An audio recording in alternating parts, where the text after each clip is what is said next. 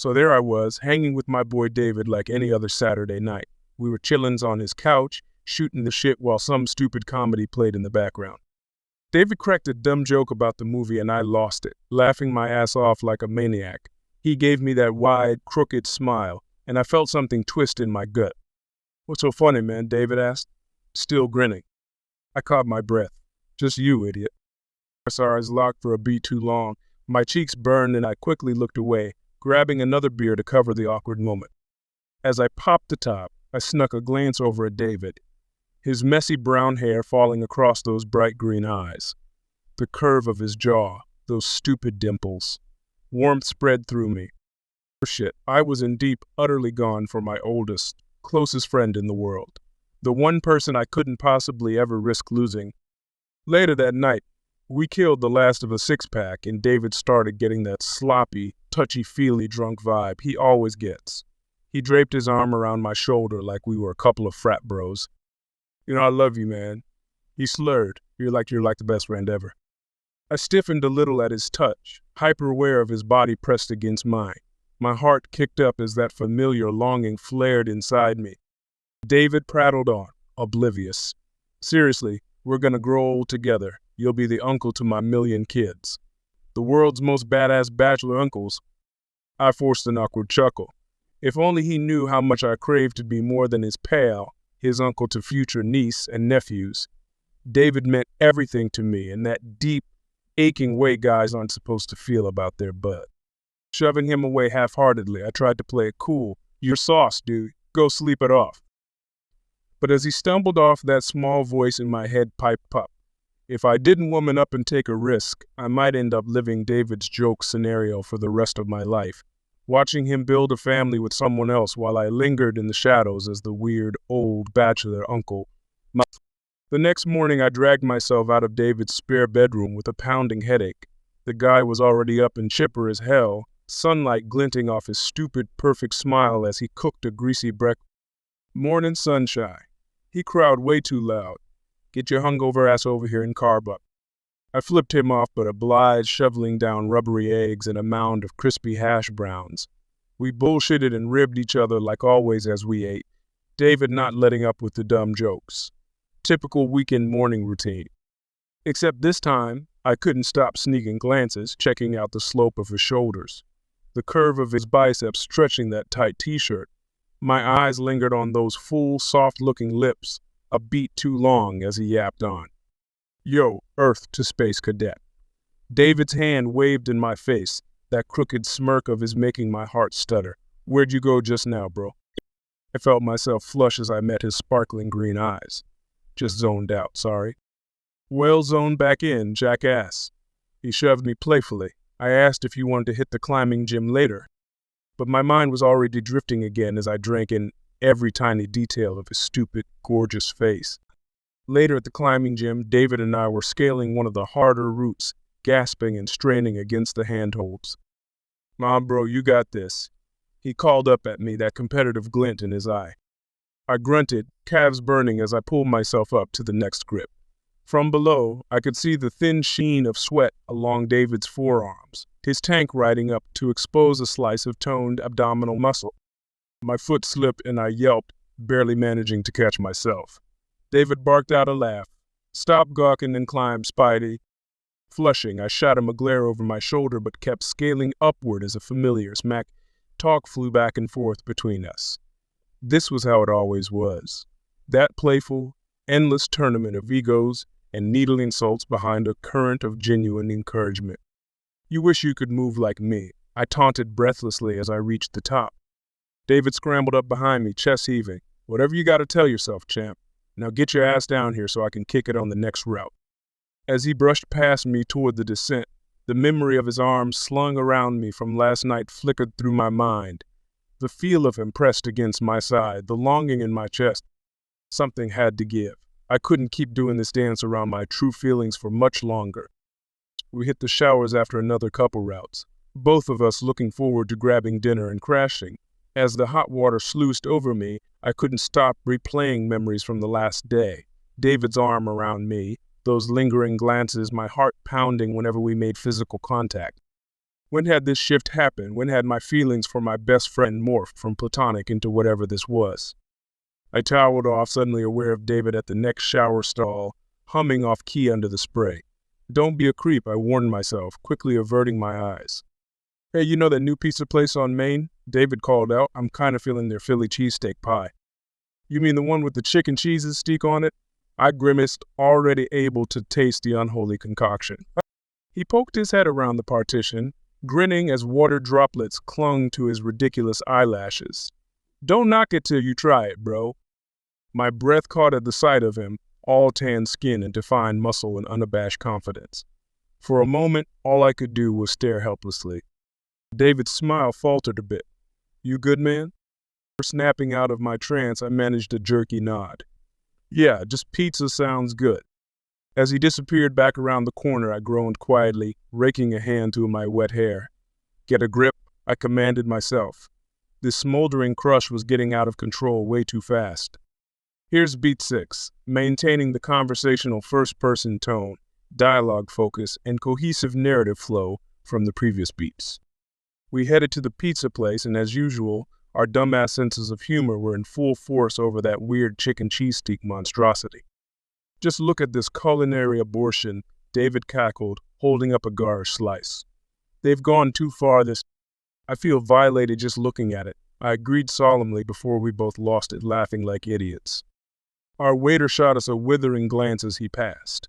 David gasped out, better be careful, he's going to spit in our food. It's worth it for this comedic gold.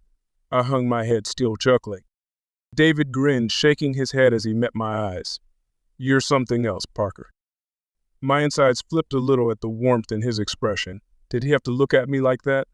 Those sparkling green eyes and soft smile, it made me want to lean across the table, and I cleared my throat, grabbing from my soda to break the tension. You're one to talk? Weirdo.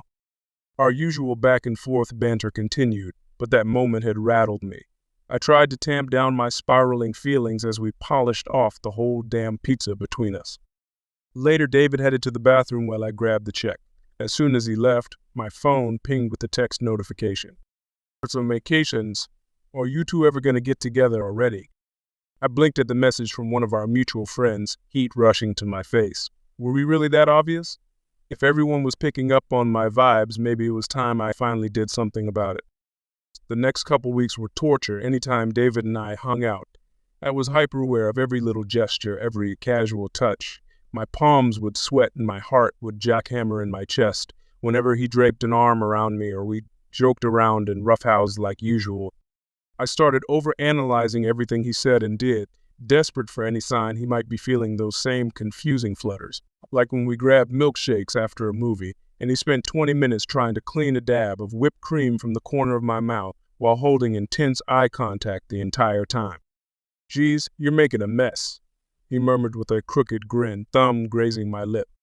I gulped, frozen in place while my heart slammed. Was he flirting with me, or was I just projecting my thirsty delusions onto a normal, friendly moment? There, got it, David said finally, popping his thumb into his mouth with a wink before pulling away. My face was on fire as he casually turned his attention back to his shake, acting like he didn't just send an electric jolt straight through me. Dude was going to be the death of me. Later that night, while I lay awake, replaying the moment over and over, I made a decision. Enough was enough. I was going to take a risk and put it all out there soon. If there was even a chance David felt the same, I had to know.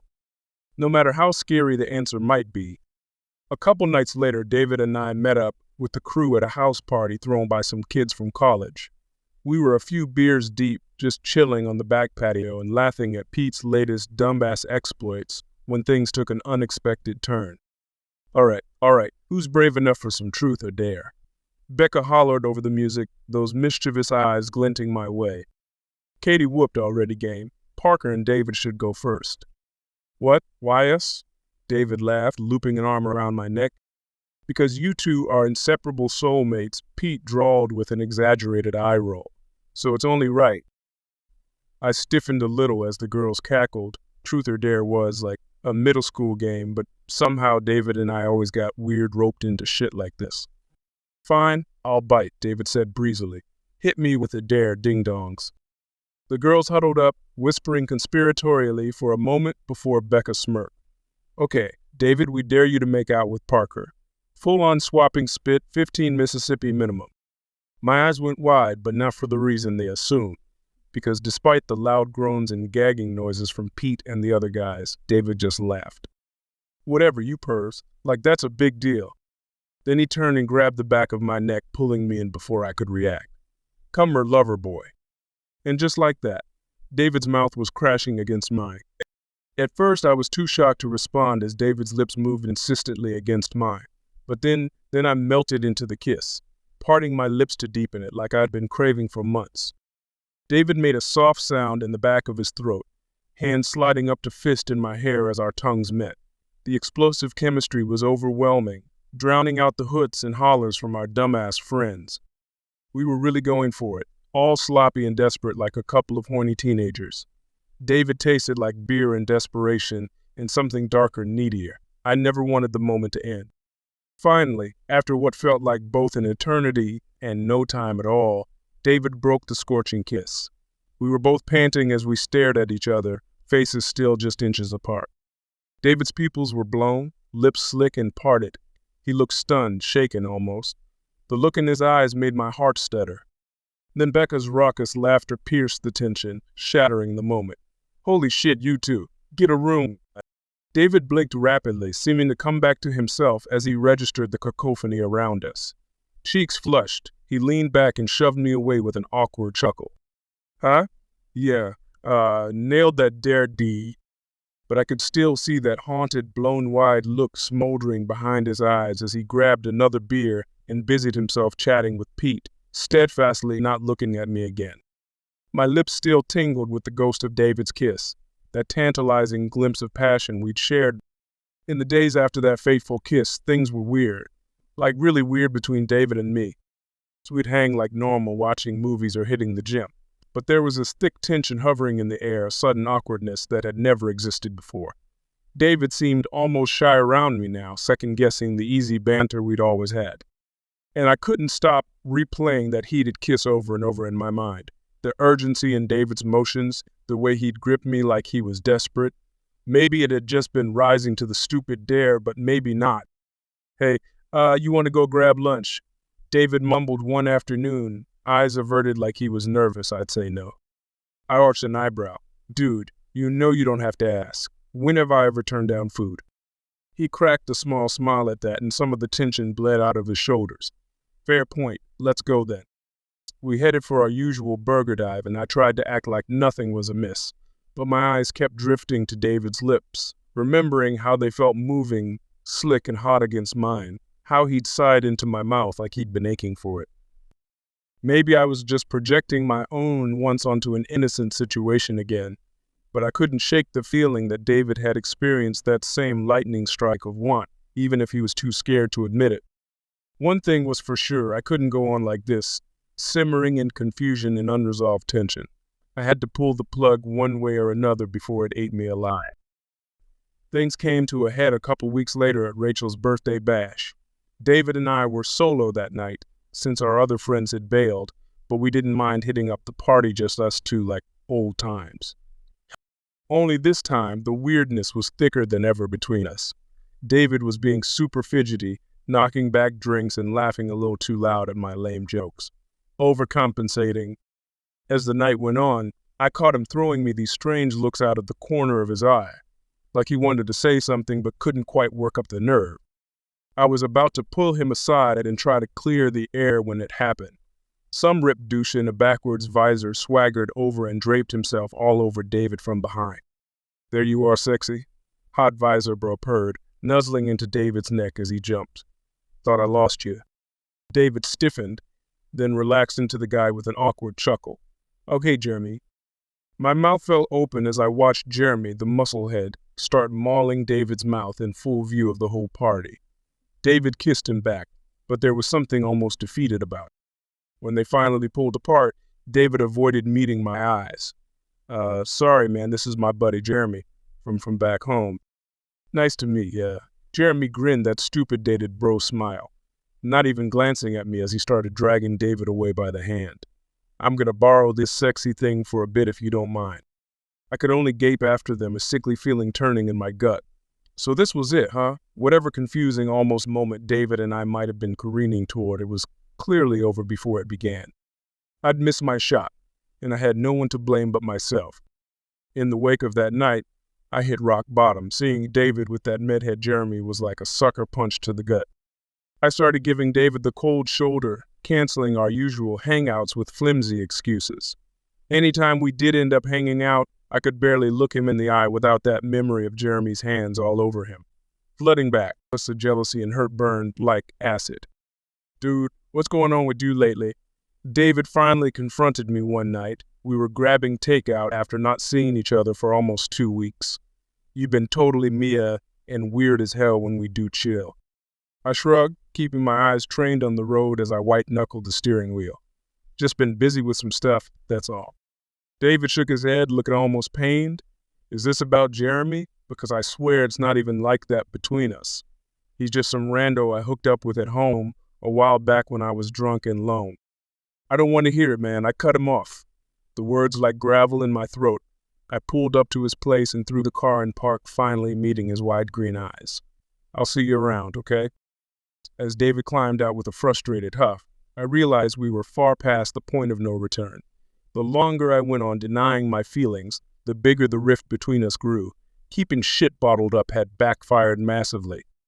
If I wanted to save our friendship, hell, if I wanted one last chance to come clean and go for broke, I had to quit avoiding the issue. I was out of time to wallow. It was make or break from here on out. A few days later, I finally manned up and texted David. You free tonight? We need to talk. His reply was almost instant. Yeah, I'm free. Everything okay? I'll explain when I see you. Meet at your place around 8. Okay, see you then. My heart was jackrobiting as I threw on a clean shirt and tried to mentally prepare myself for the conversation looming ahead. This was it, put up or shut up time. I had to lay it all on the line. At 8 on the dot, I was knocking on David's door with a 6-pack of his favorite brews as a peace offering. He pulled it open, brows furrowed as he assessed me carefully. Hey, I offered with a tight smile, pushing the beers into his hands. Can I come in? David stepped back wordlessly and I followed him to the living room, my mouth suddenly dry as the desert. We cracked a couple beers in silence, the tension thick. Finally, David spoke up quietly. So what's going on, Parks? Talk to me, man. I drew in a deep, shaky breath, staring at the condensation beating on my bottle. No more running, no more avoiding. I have feelings for you, David, romantic ones. The words came tumbling out before I could stop them. I forced myself to meet his wide green eyes as my heart threatened to beat out of my chest. That's what's been going on. For months now, I'm in love with you. The weighted silence that followed was damn near suffocating. David's throat bobbed as he opened and closed his mouth a few times before finally whispering, "Oh." Panic seized my chest. This was it, the moment of truth. Now or never. David ran a shaky hand through his hair, letting out a wavering breath. Parks, I don't know what to say, man. My heart plummeted into my stomach as he avoided meeting my eyes. This was it, the letdown I'd been dreading for months. I braced myself for the brutal friend-zoning. Look, you're one of the most important people in my life, David continued haltingly. I love the hell out of you, bro. You know that. But like in a friend way, there it wasn't the words I'd feared. I nodded jerkily, shame and embarrassment heating my face. What the hell had I been thinking, laying it all on the line like this?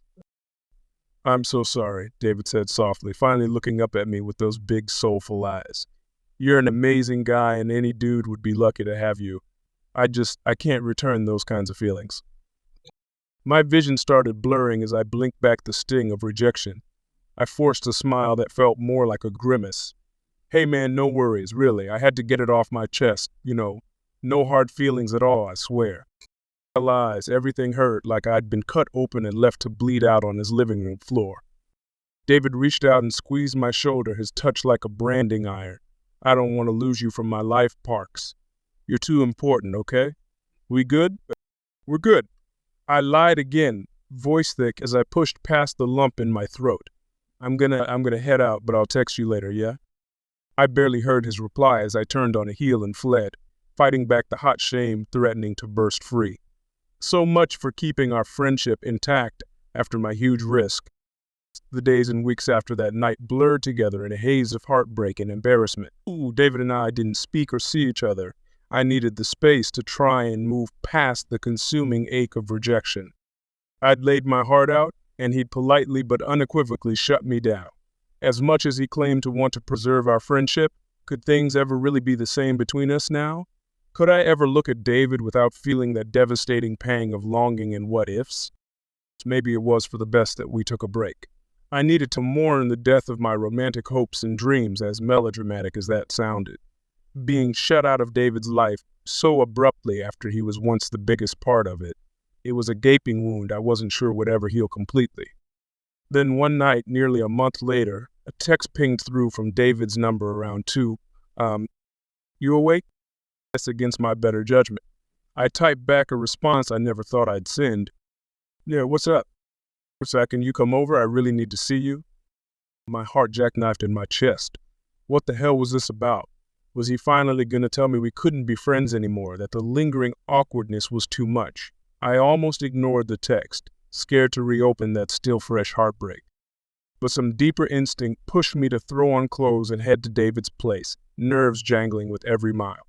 When he opened the door looking wrecked, red-rimmed eyes, disheveled hair, the works, panic seized my chest. David, what's going on? Are you okay? He blinked up at me, looking almost lost, scared even. I'm so sorry, Parks. I made a huge mistake. Then, without any other warning, David surged forward and pulled me into a searing kiss.